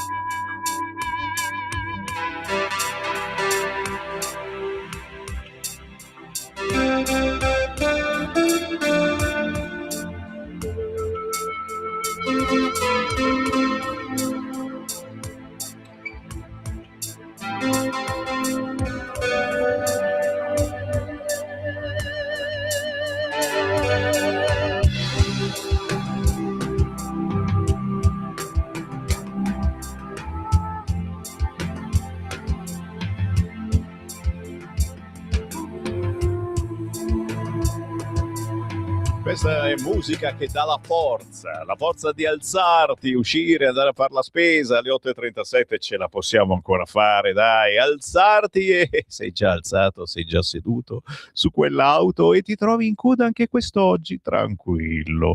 10 minuti ce la faremo ad andare in ufficio anche oggi e tireremo sera e naturalmente lo faremo con in sottofondo una radio che fa controinformazione come la nostra, Radio Libertà, con la voce di Sammy Varin, Francesco in regia e ogni mezz'ora quella che è la musica indipendente più bella ma anche più sconosciuta. Abbiamo ascoltato adesso Savino Valerio che ogni settimana ci fa sentire un pezzo nuovo della sua incredibile produzione. Questa è Eternity e se vi piace la musica che trasmette emozioni, gli esperimenti tipo piccolo chimico musicali, cercatelo su YouTube, Savino Valerio. Mentre ci rituffiamo nei quotidiani oggi in edicola, non prima di aver letto qualche vostro WhatsApp 340 6709 659 per farvi ascoltare e naturalmente, ragazzi miei, siete sempre belli tosti, lo sappiamo che siete tosti e ogni giorno me lo dimostrate. Gentiloni, non me rompe lì. Beh, si sa la rima. Trump è un bullo, ma semplicemente perché l'Europa con questi leader che si ritrova vale zero. Noi non abbiamo nessun interesse a fare la guerra alla Russia, non dobbiamo nemmeno ascoltare questa ridicola Commissione europea. Fera di balle, scrive Silvio da Torino. Zaia, il vaccinatore, ancora insiste. Ucraina aggredita, ma conosce i fatti. Consiglio di guardare i documentari di Massimo Mazzucco con documenti certi e magari impara qualcosa. Mazzucco for president, naturalmente. È il re dei gomblottisti, ma amiamo anche lui. Ci fidiamo più di Trump che di Meloni. E ancora, buongiorno, ma lo sai, vero che la Ursula, oltre a spendere miliardi pro Zelensky, ci vuole controllare i cellulari, ma non il suo? Appoggia la stretta dittatoriale in Ungheria come in Polonia e Romania. Ultima ciliegina in regalo del regolamento sull'euro digitale, dove i nostri soldi saranno loro e di BlackRock, come in Italia, mentre loro continueranno a usare le valigie di contanti. Lo capisci o te lo spiego? Dice Marco. Ma smettila di dire che Zai è un politico di destra, è un socialista ridipinto di verde. Dia Gentiloni di ascoltare il professor Pezzani venerdì scorso da Cainarca. Bene, Gentiloni, hai sentito? Mi raccomando, devi adempiere a questa richiesta. Non ho ben capito, ridanno alle regioni del nord il residuo fiscale che regalano tutti gli anni alla capitale? Gian da Brescia, ci si sta lavorando. Adesso alle 9 abbiamo Riccardo Molinari, aspettiamo che ci spieghi. Poi un messaggio audio, sentiamo che cosa dice questo. Vai. Ciao Sammy, sono Marco D'Amato. Quella. Vediamo se riesco a spiegarmi riguardo a Trump e la sua posizione verso l'Italia e l'Europa in generale. È dagli anni 60 che gli Stati Uniti chiedono all'Europa di armarsi per aiutarli a fronteggiare, diciamo, la parte opposta. Solo che negli anni 60, 70 fino al 1989 gli Stati Uniti dovevano affrontare e confrontarsi con l'Unione Sovietica, che era una potenza militare ma non economica. Oggi ormai invece il nemico degli Stati Uniti, ma nemico perché dichiarato dalla Cina stessa, è Pechino. Xi Jinping ha detto che il suo obiettivo è quello di dominare il mondo e quindi oggi gli Stati Uniti devono affrontare una potenza economica, la Cina, ma anche ormai una potenza che si sta sviluppando anche a livello militare con delle intenzioni ben chiare. L'Europa ha sempre nicchiato. Ha nicchiato con Biden, ha nicchiato con Obama, ha nicchiato con Clinton, ha nicchiato con Reagan e tutti i presidenti che si sono succeduti nel tempo. Gli Stati Uniti finora avevano usato le buone maniere. Trump, che non è uno che ci va tanto per il sottile, e lo dice la sua biografia, è uno invece che ci picchia dentro e quindi tratta gli europei come dei bambini capricciosi e ovviamente li prende a sculacciate. Lo potrebbe fare a mani ma non lo fa e lo fa a parole. E allora adesso ci stupiamo della cattiveria di Trump, ma non c'entra assolutamente niente, perché semplicemente Trump è stato eletto per fare l'America di nuovo grande e quindi si comporta di conseguenza. Siamo noi europei invece che non sappiamo ancora cosa fare. Purtroppo una considerazione la devo fare riguardo anche alla Meloni. La Meloni dovrebbe fare più cose di destra, ma invece si fa influenzare, secondo me, da una parte del suo partito, da Forza Italia, e dalla sinistra stessa, perché tema che i giornali le sparino addosso. Tanto le spareranno addosso comunque. Ciao Sam. È vero, e dall'altra parte, ricordiamolo, c'è il generale Vannacci, che viene pompato come non mai dalla sinistra, l'avete visto ieri sulla 7, ragazzi miei, gli hanno fatto domande di tutti i tipi, di tutti i colori, e lui si è difeso come un guerriero, dimostrando, insomma, di dare parecchio filo da torcere, ma chiaramente il filo da torcere non lo darà alla sinistra, ma lo darà alla destra, e questo è stato l'intento dei giornalisti professionisti che c'erano ieri sulla 7 a torturarlo, ma mi pare che siano state loro a essere torturate, queste giornaliste. Dove andiamo? Oh, dai, non abbiamo che l'imbarazzo della scelta. Minimo ci rituffiamo sui quotidiani oggi in edicola, non c'è che l'imbarazzo della scelta. Allora io faccio un giro prima su Libero, che ha un titolo che in effetti già solo il titolo ti fa arrabbiare. Ecco come le toghe ci riempiono di clandestini. Il permesso di soggiorno dato a uno spacciatore straniero stravolge la legge. Ormai sono i giudici e non il Parlamento a decidere chi può stare in Italia. E poi la notizia che ci aspettavamo tanto, per fortuna, aggredì la polizia a Roma, rimpatriato 18enne egiziano, ricordate l'altra settimana, erano arrivati Maranza al Colosseo, un casino della miseria, a un certo punto sembrava addirittura gli avessero rubato l'auto ai vigili, e è stato rimpatriato questo 18enne. Quindi si può farla la remigrazione? Punto di domanda. A rispondere magari c'è Giuseppe Cruciani in centropagina sul Libero. Vi spiego io la verità sul politicamente corretto. Di spalla sul Libero il team Ranucci attacca ma teme il colpo di scena. Stavolta rischia di finire male. Il virgolettato arriva dalla Rai ma non dai vertici, tantomeno da chi ha deciso la sospensione della messa in onda delle repliche di Report. Cioè Ranucci si è arrabbiato perché gli hanno sospeso le repliche. La squadra di Sigfrido fa quadrato attorno al conduttore, ma il caso tracima oltre i confini della TV di Stato e si trasforma in scontro istituzionale. La Russa e Fratelli d'Italia chiedono conto a Schlein, che all'estero usava le bombe per attaccare il governo. Che imbarazzo. Il PD replica, 5 Stelle grida al killeraggio, ma Viale Mazzini adesso teme cause milionarie. Sempre sul quotidiano Libero ritorna l'argomento Covid e mascherine, così aggiravano i controlli sulle mascherine. In taglio basso, minacce alla Meloni, sinistra muta. Figuraccia del campo largo sull'Iran, niente solidarietà a Giorgia. Giro la pagina e dentro subito sul quotidiano Libero ci facciamo un giro veloce, perché a pagina 2 gli anti-italiani con Ranucci, il campo largo assolda il martire di Report e getta fango sul paese. Stavolta finisce male, la squadra di Sigfrido teme il colpo di scena e i rischi di esporsi troppo. Poi le minacce, eccoli qua, il quotidiano iraniano Amshari accusa 13 leader mondiali della morte di Khamenei. Nel mirino i primissimi sono Trump e Netanyahu, oltre ai premier europei Meloni, Macron, Starmer e al cancelliere tedesco Merz, tutti qua vestiti chiaramente come vestono loro i prigionieri. Gli attacchi contro la Presidente del Consiglio non suscitano alcuna solidarietà a sinistra, tutti zitti, nel timore che i propri elettori non gradiscano. Paginone a pagina 4 del quotidiano Libero.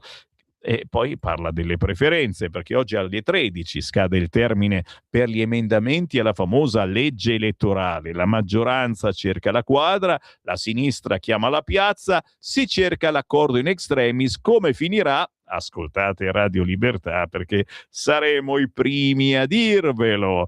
Elli in imbarazzo su tutto, con Conte lite a mezzo stampa, ma poi soprattutto a pagina 8, ecco come le toghe ci riempiono di clandestini. Bellissimo articolo di Niccolò Zanon, assolutamente da leggere.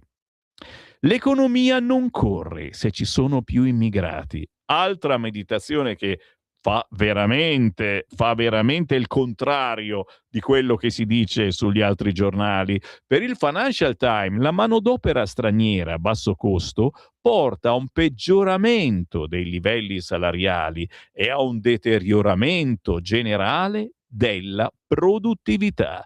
Ne parla solo il quotidiano Libero quest'oggi a pagina 8. E attenzione alla notizia che c'è a pagina 9.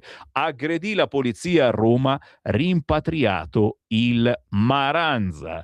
Le politiche di controllo e di repressione dell'immigrazione clandestina iniziano a dare i loro frutti. Rimpatriato il cittadino straniero che lo scorso 2 luglio, insieme a un gruppo di connazionali, aveva aggredito nei pressi del Colosseo agenti della Polizia di Stato e della Polizia locale, danneggiando un'autovettura di servizio, scrive sui social il ministro dell'Interno Matteo Piantedosi. Proprio in relazione ai gravi fatti commessi a Roma e alla valutazione della sua pericolosità sociale, prosegue il responsabile del Viminale, il 18enne è stato espulso. Un messaggio chiaro: chi aggredisce le forze dell'ordine e viola le regole del nostro paese non resterà impunito. Concetto ribadito con forza anche dal premier Giorgia Meloni. Aggredire chi garantisce la sicurezza dei cittadini significa aggredire lo Stato, e lo Stato risponde.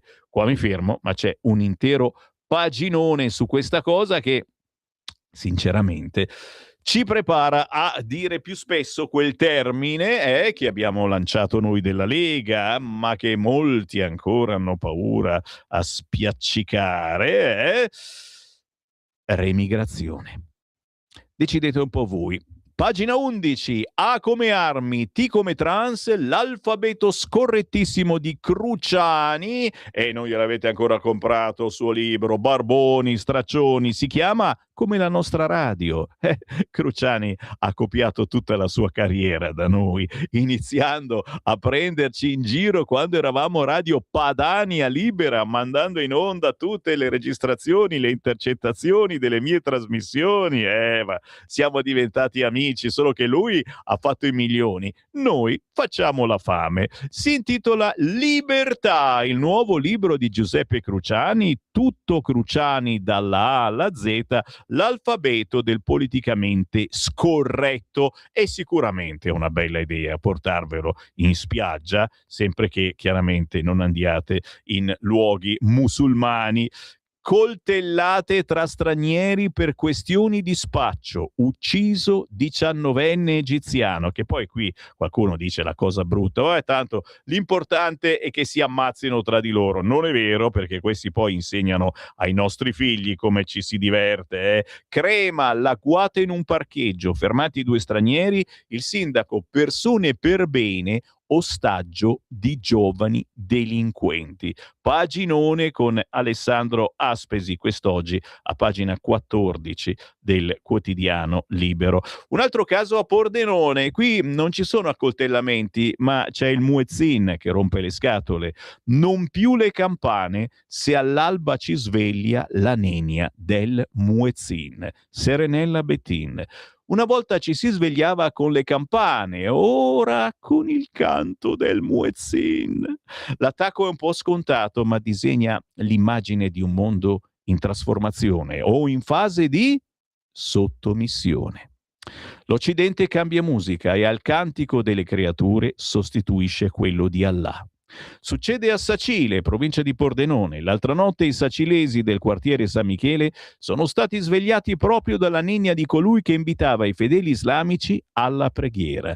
Chi aveva lasciato la finestra aperta per godersi un filino d'aria ha dovuto fare i conti a notte fonda con una cantilena incomprensibile, ritmica e ripetitiva. Del resto, recita la Adhan, la chiamata alla preghiera islamica che viene ripetuta 5 volte nell'arco delle 24 ore, tra cui una per l'appunto nel cuore della notte. Pregare è meglio che dormire. Sarà, ma magari l'operaio che si sveglia alle 6 di notte preferirebbe invece dormire. È stato il signor Marcello, come riporta il Gazzettino, a segnalare l'accaduto. Lì per lì credeva fosse un sogno, ma all'indomani, parlando con altri residenti, ha constatato che era vero. Sentivo qualcuno cantilenare, racconta, quella che sembrava una preghiera araba, come quando la televisione mostrano queste persone che dalle torri dei minareti invitano i musulmani alla preghiera. Chi dorme con l'aria condizionata non si è accorto di nulla, ma più di qualcuno mi ha confermato ciò che avevo sentito. Gli italiani che abitano qui hanno la sensazione di non sentirsi più padroni a casa propria, di non abitare più nel nostro paese. Dice di avere sentito la cantilena provenire da un gruppo di condomini popolari lì vicino, probabilmente una preghiera organizzata in una casa privata. Anche questa è l'Italia che cambia. Sull'episodio è intervenuta l'europarlamentare della Lega Anna Maria Cisint. Da troppo tempo si pretende che siano gli italiani ad adattarsi a usanze e comportamenti che nulla hanno a che vedere con la nostra storia e i nostri valori. Chi sceglie di vivere in Italia deve rispettare il nostro ordinamento e il contesto culturale del paese che lo accoglie, non importare modelli con esso incompatibili. E l'intervista con la Cisinte prosegue quest'oggi solo sul quotidiano Libero. Guidesi a pagina 16, signori. Non è la prima volta che lo si intervista perché sta facendo cose buone. Così la regione Lombardia aiuta a creare gli imprenditori del futuro. Si chiama Generazione Impresa, è il nuovo percorso che accompagna chi vuole aprire una sua attività. Ne parla oggi Libero a pagina 16 con Fabio Rubini. Negli scorsi giorni è stata presentata Generazione Impresa, un'iniziativa all'interno di un percorso molto più ampio di valorizzazione, crescita e divulgazione della cultura d'impresa tra i più giovani. Percorso creato dall'assessorato allo sviluppo economico di Regione Lombardia, retto dal leghista Guido Guidesi. Di cosa si tratta, Assessore? È un percorso informativo dedicato ai giovani lombardi, agli strumenti messi loro a disposizione da Regione Lombardia. Si tratta di un chatbot grazie alla quale un giovane può ottenere in maniera facile tutte le informazioni necessarie per fare impresa, su quali strumenti finanziari sono a disposizione, su quale aiuto ti può dare la Regione e a chi ci si deve rivolgere per ottenere le informazioni necessarie. Perché Regione Lombardia ha sentito il bisogno di creare questo percorso? Viene chiesto all'assessore regionale Guido Guidesi. La Lombardia, per continuare a essere la locomotiva d'Italia ed Europa, deve creare una nuova classe di imprenditori e per farlo dobbiamo avvicinare le nuove generazioni alla cultura d'impresa. A questo proposito ci sono cose che noi come Regione possiamo fare, come la creazione delle zone di innovazione e sviluppo o tutto il lavoro di programmazione e strategia, altre che invece non dipendono da noi direttamente, come le regole europee che devono cambiare per rimetterci in gioco dal punto di vista competitivo o ancora le questioni che riguardano il confronto centralismo-autonomia. Tutto da leggere anche qua, signori. Mi sa che il Libero oggi è il vostro quotidiano. Pagina 16, Guido Guidesi, così la Regione Lombardia aiuta a creare gli imprenditori del futuro. Chiudiamo con Mario Lavezzi, grandissimo cantante, compositore, musicista. Pagina 19 di Libero, intervista a Mario Lavezzi. Oggi i cantanti non fan soldi. Ultimo, un'anomalia. Con 1.045.000 giri venduti ho comprato 3 monolocali. Mio padre, quando mi ha visto con una Porsche bombata alla James Dean, ha dovuto ammettere: no, dai, sei bravo. Oggi è tutto diverso. Per capire come funziona la discografia di oggi, da leggere l'intervista con Mario Lavezzi. Vi ricordate il pezzo Dolcissima? Stupendo, assolutamente. La trovate l'intervista a pagina 19 del quotidiano Libero. Già che siamo in giro, signori, io faccio un giro.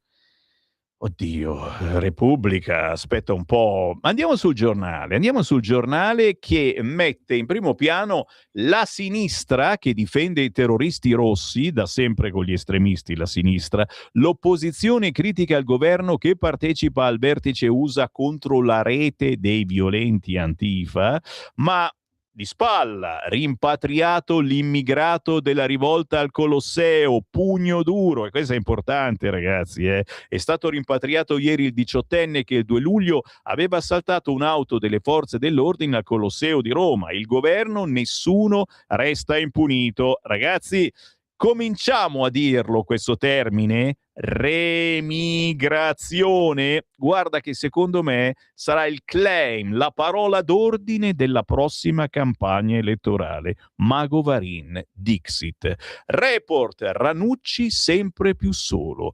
Difesa tiepida della redazione che ora teme nuove rivelazioni. Ma intanto io mi butto subito immediatamente all'interno del quotidiano Il Giornale, perché a pagina 8 che vi dicevo, la 7 arruola Vannacci, ma il generale spara salve. Dopo la Gruber, il militare ieri sera è stato ospite di Luca Telese. Lo scopo? Dividere il centrodestra. Il leader di Futuro Nazionale rimane cauto. E infatti alla fine gli hanno chiesto ma allora entra nel centrodestra per la campagna elettorale? Lui ha detto no, solo all'ultimo deciderò. Le aperture alla coalizione, il mio unico scopo è rinforzare il partito, le alleanze si fanno poche settimane o mesi prima del voto, cosa sbagliatissima perché sinceramente uno vorrebbe votare qualcuno che sta con qualcun altro, però che ci vuoi fare? Legge elettorale, siamo gli unici che vogliono il ritorno delle preferenze, se le vuole anche la Meloni si imponga e approviamole. La Bossi-Fini, il problema del click day è che i migranti entrano con un contratto, poi vengono licenziati, ma restano qui. Un paginone quest'oggi con Francesca Neri per raccontare la serata di ieri con il generale Vannacci sulla 7, ripeto, un pompa da parte della sinistra di questo signore che è stato inventato da Matteo Salvini, dalla Lega, una brava persona, una persona che sa parlare, che sa spiegare, che sa raccontare, di cui ci si può fidare? Punto di domandona. Posso farvela? Mi posso permettere, generale, di porre questa domanda ai nostri ascoltatori? Rispondetemi 340 6709 659. Vi chiedo, ma ci si può fidare del generale Vannacci? Punto di domanda. E ce ne metto pure un altro. Se volete saperne di più, certo la pagina 8 del quotidiano Il Giornale è tutta quanta sua. Caso Unione Europea biennale, Lega e Grillini furiosi, no ai ricatti ed è il record di visite. Già, dopo che l'Europa ha revocato 2 milioni di euro di finanziamenti all'ente, i partiti si dividono. Per la sinistra è una decisione giusta, per Zaia è inconcepibile, il ministro Giuli per ora tace, ma l'edizione è stata un successo. Si scalda la Serenissima e non parliamo solo di temperature atmosferiche. La Commissione europea ha raccomandato ufficialmente all'Agenzia Esecutiva Europea per l'Istruzione e la Cultura di annullare il finanziamento di 2 milioni di euro alla Biennale di Venezia. La notizia è arrivata sabato in serata in un annuncio lapidario sul social X da parte della vicepresidente della Commissione e adesso come finirà? 340 6709 659. Tra pochissimo con noi Riccardo Molinari. Stai ascoltando Radio Libertà. la tua voce libera, senza filtri né censura. La tua radio.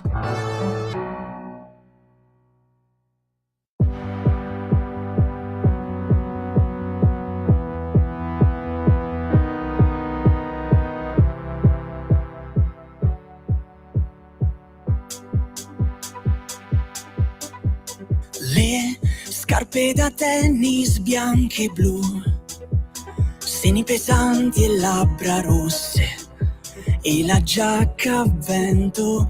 Oh, Marta, io ti ricordo così, il tuo sorriso e i tuoi capelli, fermi come il lago.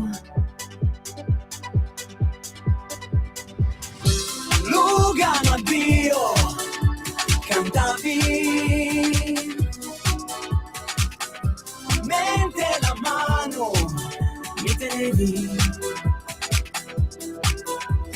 Canta con me, tu mi dicevi ed io cantavo di un posto che io non avevo visto mai. Tu mi parlavi di frontiere, di finanzieri e contrabbando, mi scaldavo ai tuoi racconti.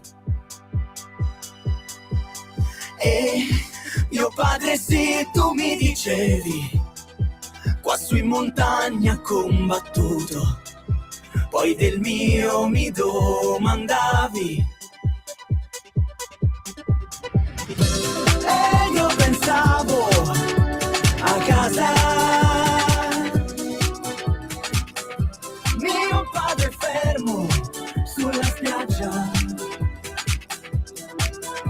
le reti al sole, i pescherecci in alto mare, conchiglie e stelle, le bestemmie sfogo d'onore. Oh, Marta mia Dio, ti ricordo così, il tuo sorriso e i tuoi capelli, fermi come il lago. Bella l'idea di ricordare il grandissimo Ivan Graziani, ma sai come pochissime radio ancora lo trasmettono? Vergognoso! Ivan Graziani, Lugano addio, ma lui è Paolo Martini, lui è un giovane cantautore originario di Sanremo, il pezzo storico targato 1997 del grandissimo Ivan Graziani, qui in una versione che cerca di unire le sonorità anni 70 a quelle moderne. Con il buongiorno sono le 9:04 minuti primi in questo istante, è tempo di Qui Parlamento.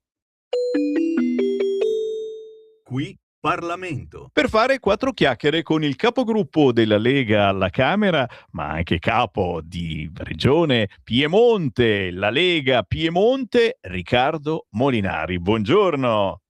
Ciao Sammy, un saluto a tutti. E allora, sì, oggi c'è un po' di ciccia anche su di noi, sui quotidiani e soprattutto su una proposta di legge che vede te in primo piano negli scorsi giorni su varie testate, una PDL per avere zone economiche speciali anche al nord. E questa è una cosa che da una parte ci piace, dall'altra parte rimaniamo come mai? Cioè, anche perché io poi ci scherzo, ma in questi ultimi mesi tu sai che il sud va più veloce del nord e questo è una che gli girano le scatole. Com'è possibile? Forse l'iniezione di tutto il PNRR, non lo so, lo sta facendo andare più veloce il sud va più veloce, ma non ne voglio neanche parlare, non scherziamo.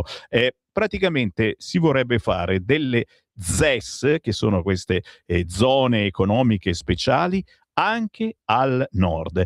Perché? Ma prima di tutto cerchiamo di spiegare che cosa sono queste ZES che già esistono non solo in Italia, ma in molte zone del mondo, come facilitano l'economia. Riccardo Molinari.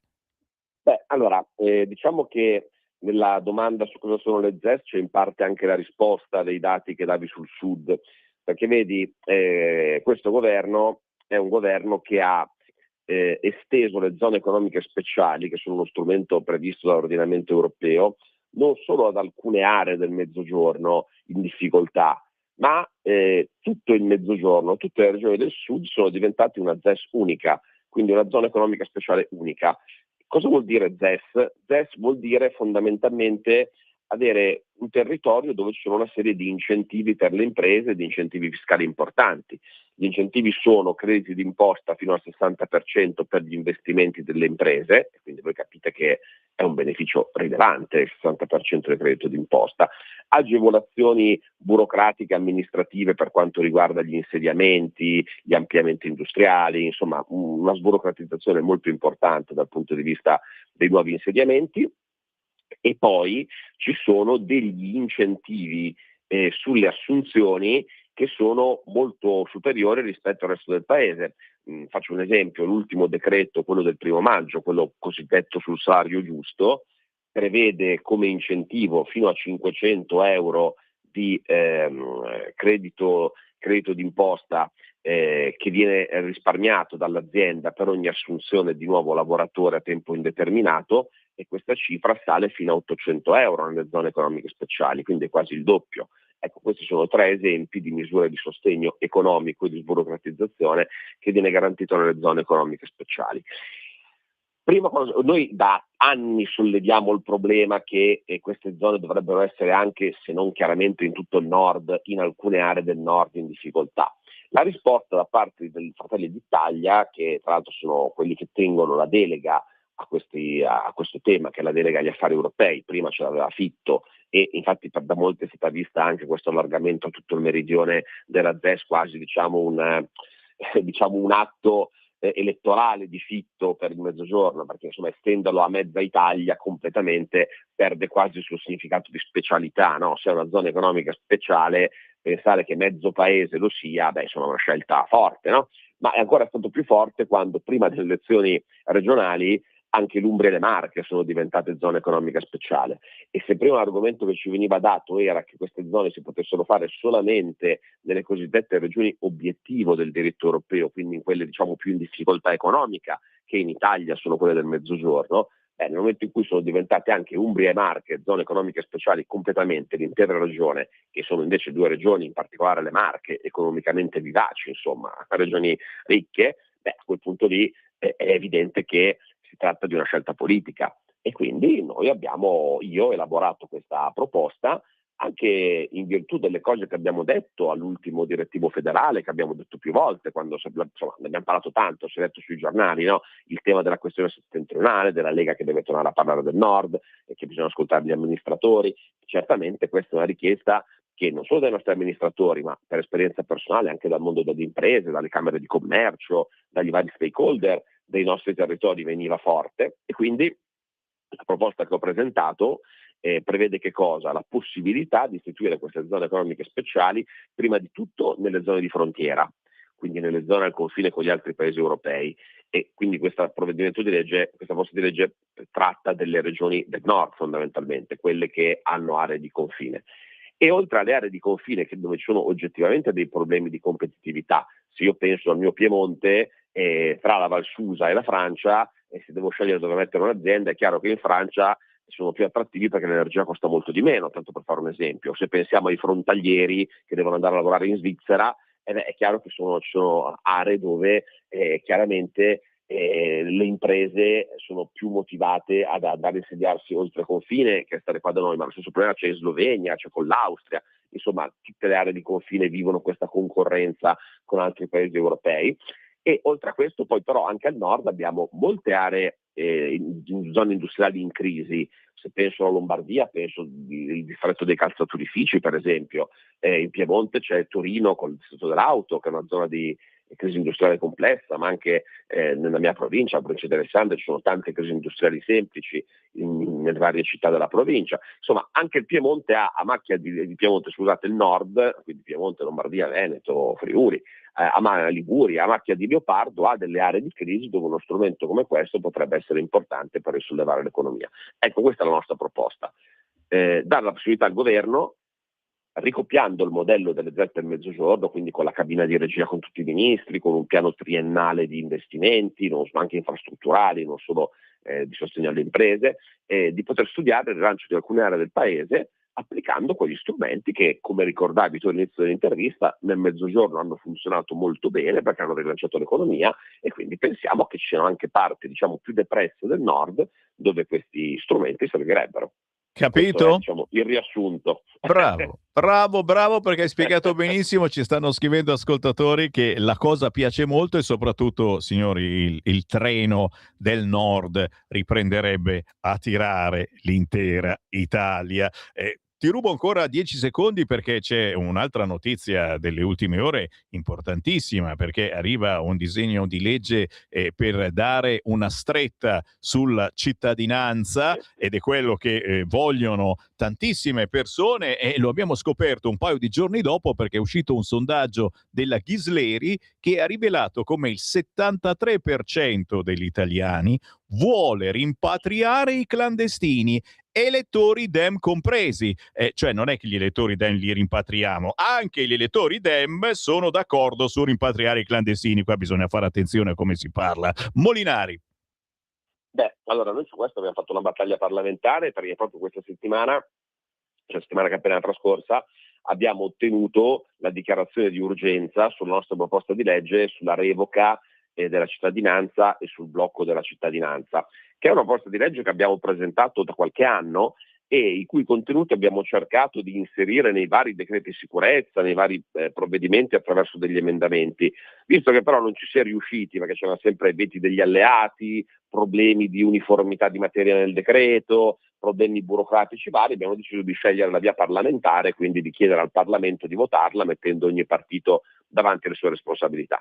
La dichiarazione d'urgenza che abbiamo fatto approvare mercoledì cosa vuol dire? Vuol dire che si tagliano di metà i tempi per l'analisi di questa legge, quindi è stata incardinata in commissione mercoledì scorso.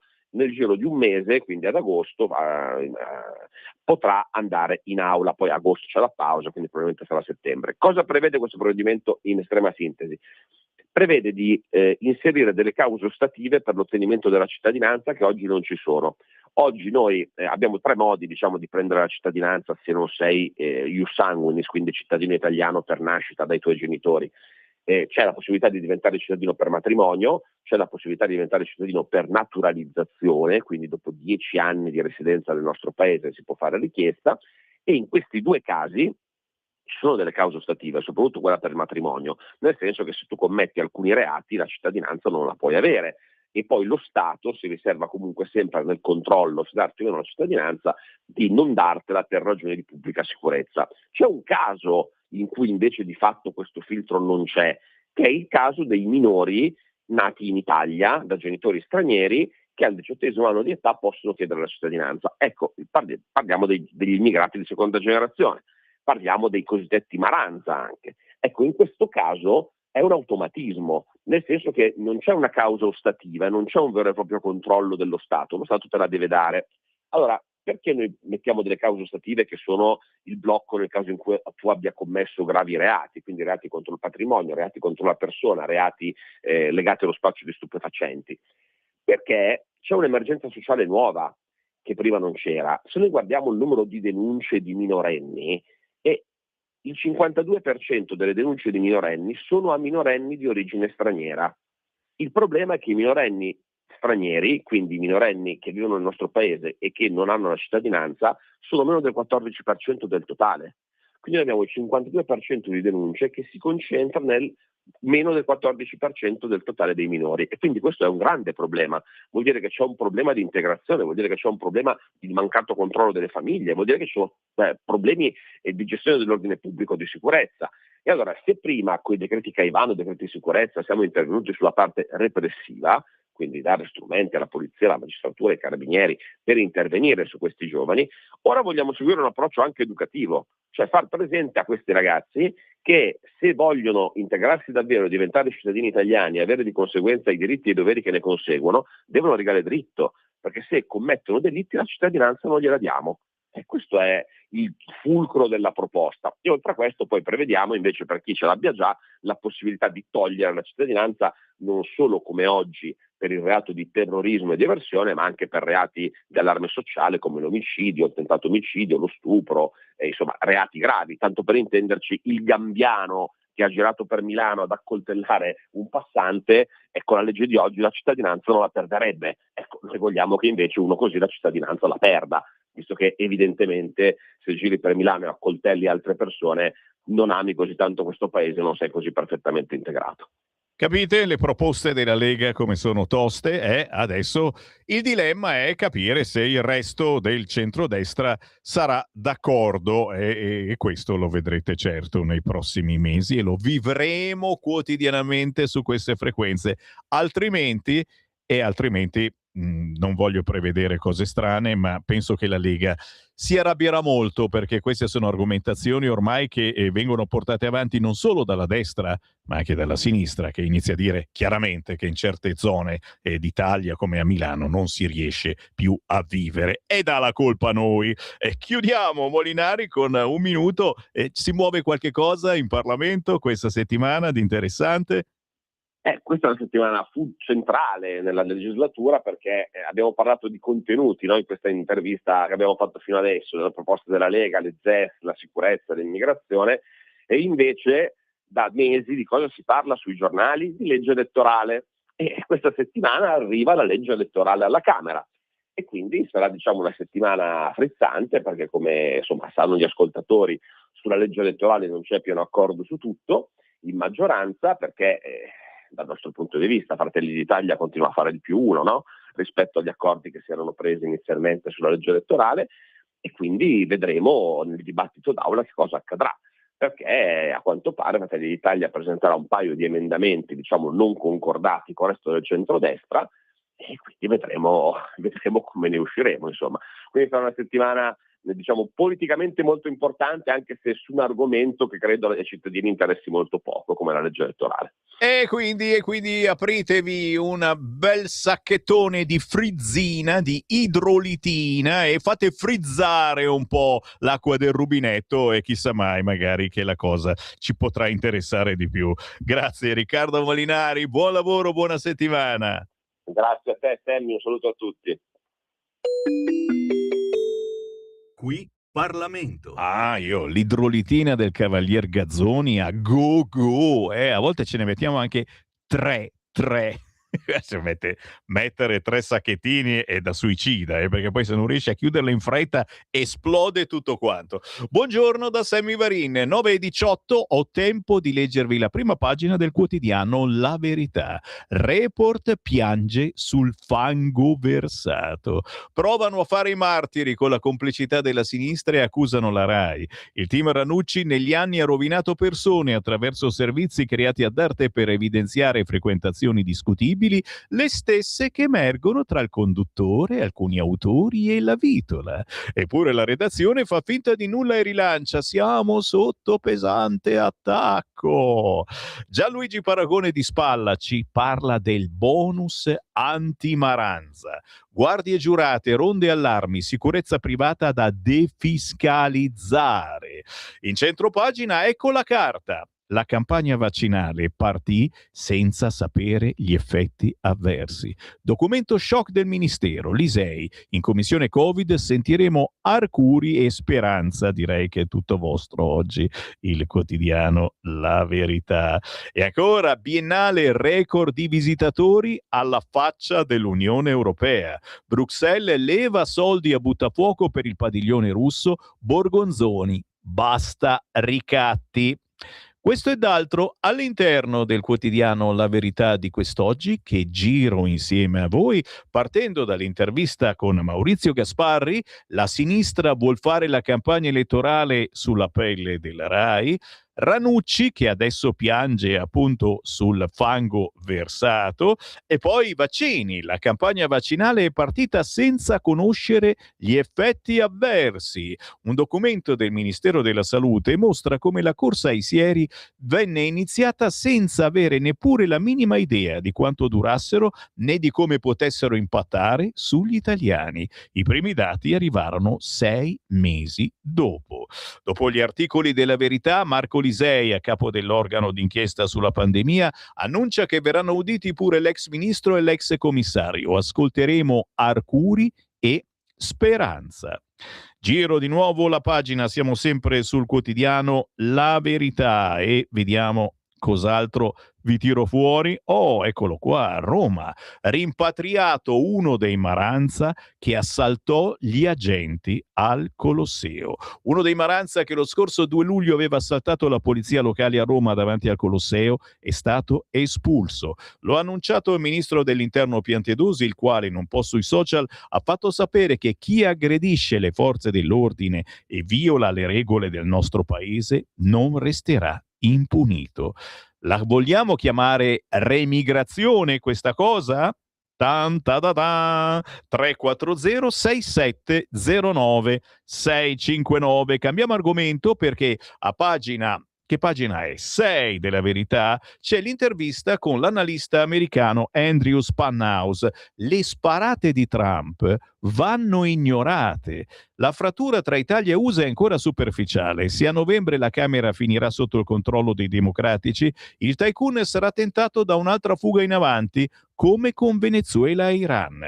A destra, dopo Donald, vedo Vance, alla base popolare che a Rubio manca. Per tornare alla Casa Bianca, i Dem non devono parlare di polizia e immigrazione. Interessante paginone oggi, a pagina 6 del quotidiano La Verità, che parla poi di omofobia. L'emergenza inventata, articolo di Giuliano Guzzo. In Italia i crimini e i discorsi d'odio legati all'orientamento sessuale sono pochissimi e in forte calo da anni. Curiosamente in Spagna, dove sono state approvate norme contro le discriminazioni, i casi sono in aumento.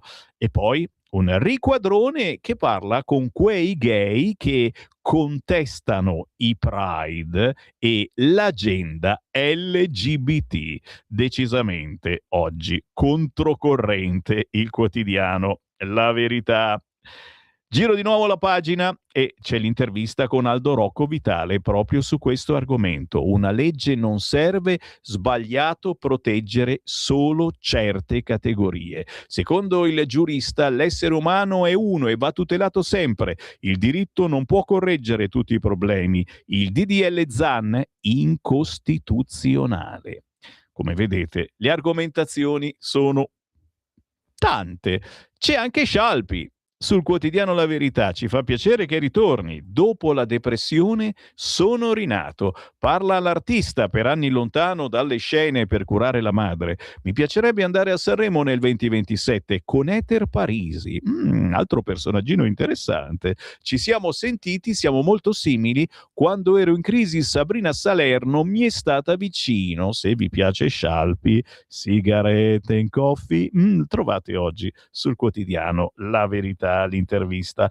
C'è l'articolone su salute e benessere e chi non ce li ha i diverticoli un po' infiammati. Attenzione ai diverticoli, se scoprite di averli, meglio non farli infiammare. Non si sa ancora con precisione perché si formano, ma interessano un 50enne su 3. Le conseguenze negative sono evitabili, anzitutto con una dieta ricca di fibre, sempre che le fibre le possiate mangiare. 2 paginoni proprio sui diverticoli che saltano fuori quando vi fanno la coloscopia. Che delizia, che tormento. A volte dicono: oh, guarda i diverticoli, perché loro ci godono, no? Vedere queste cose, noi ci viene un colpo. Sto per chiudere, signori, ma vi ringrazio della pazienza. Poi abbiamo modo di aprire le linee tra le 11 e mezzogiorno. Io sono ancora in onda, ma soprattutto avremo tanti WhatsApp da leggere al 340 6709 659. Quindi se adesso dovete proprio uscire, fate il girettino, ma portatevi dietro la radiolina. Poi alle 11 ritorna Sammy Varin con la sua informazione. Stavo dicendo che volevo leggervi il quotidiano Il Giornale, perché oltre al paginone intitolato La 7 arruola Vannacci, ma il generale spara a salve, all'interno caso UE biennali, Lega e Grillini furiosi, no ai ricatti ed è record di visite. Attenzione a pagina 11 perché lo stretto di Hormuz riporta il rischio inflazione, ma il PIL finora ha retto con investimenti su difesa e intelligenza artificiale. Le nuove turbulenze nel Golfo alla prova dei mercati che finora escludono la recessione. Intanto Lagarde incontra Walsh e Bressent e stiamo a vedere che cosa, quale sorpresina ci stanno preparando. Attenzione, a partire da giovedì monopattini come auto e moto. Arriva l'obbligo della polizza. Da questo giovedì, dopo l'introduzione di targhe e caschi, l'RC costerà tra 35 e 55 euro ogni anno. Mi raccomando, perché vediamo sempre più monopattini senza casco, che sono forse i più pericolosi, o no? Aggredì poliziotti a Colosseo, espulso, e questo mi sembra un caso da manuale, a pagina 17 sul quotidiano Il Giornale, Meloni dice lo Stato risponde. Il Viminale, chi viola le regole non resta impuniti. Rimpatriato il 18enne nordafricano. Che ne pensate? Abbiamo fatto bene? Abbiamo fatto male? Aspetto i vostri messaggi 340 6709 659, ma anche sul giornale arriva un caldo da impazzire. Non è un modo di dire, i picchi di afa stressano il cervello e fanno crescere violenze e suicidi. Oh oh! La terza ondata fa annaspare l'Italia, temperature a 40 gradi, la tregua forse, perché ormai non ci fidiamo più neanche nelle previsioni. Avete visto, diceva Acqua nel weekend su Milano, è venuto giù un piscino da 5 minuti. Se avete avuto la grandine, e mi spiace per voi, spero non abbia provocato danni, vi è andata di culo davvero, è veramente. Paginone quest'oggi sul caldo, sul quotidiano Il Giornale, che non manca di intervistare ormai quello che è diventato il nostro mito, Max Pezzali, intervistato sul quotidiano Il Giornale a pagina 26. Gli anni 90 erano democratici, ora viviamo la dittatura dei social. Il suo tour è il più seguito dell'anno, con 680.000 biglietti venduti. Ieri la chiusura a San Siro con Amadeus, a dicembre il Palasport. Non possiamo che amarlo perché ci porta tanta simpatia per gli anni 80, ma soprattutto la riporta anche ai nostri ragazzi. I miei figli avrebbero voluto vivere negli anni 80. Pensa un po' che roba, e poi lo dicono tutti. Max Pezzali mi assomiglia molto, non sono io che assomiglio a lui, è lui che assomiglia a me. Che ci volete fare? Sto per andarmene, ma vi ricordo, a proposito di musica, ne ha parlato Repubblica l'altro giorno, e stanno tornando quelli del rondò veneziano. E cavolo, uno dei gruppi che più abbiamo passato su queste frequenze ancora ai tempi di Radio Padania Libera, signori. Musica tradizionale e non solo, quegli abiti dei tempi passati, ma soprattutto bellissime atmosfere. Il rondò veneziano torna a suonare in Italia, nei prossimi giorni a Bergamo, ma poi gireranno un po' tutta l'Italia e l'anno prossimo addirittura, a marzo se non erro dell'anno prossimo, saranno al Teatro Nazionale di Milano. È il caso, certamente, se avete un papà o una mamma innamorati del rondò veneziano, di portarli, perché è uno delle poche occasioni, non si sa se poi rimarranno e quanto rimarranno. Un giro infine anche sul quotidiano Il Tempo, ancora sulla situazione di Conte e il suo amichetto, Giuseppi e Sigfrido li chiama. Non potevano non sapere. Delle due l'una, o Giuseppi e Sigfrido perdono colpi, oppure credono che a perdere colpi siamo noi. Le 7 cose che il primo non poteva non sapere sulle mascherine e le altre 7 che il secondo non poteva non sapere sulla vitola. A proposito, la logica non poteva non sapere ci fa orrore, ma è quella che loro e i loro compari hanno praticato per 20 anni contro Berlusconi.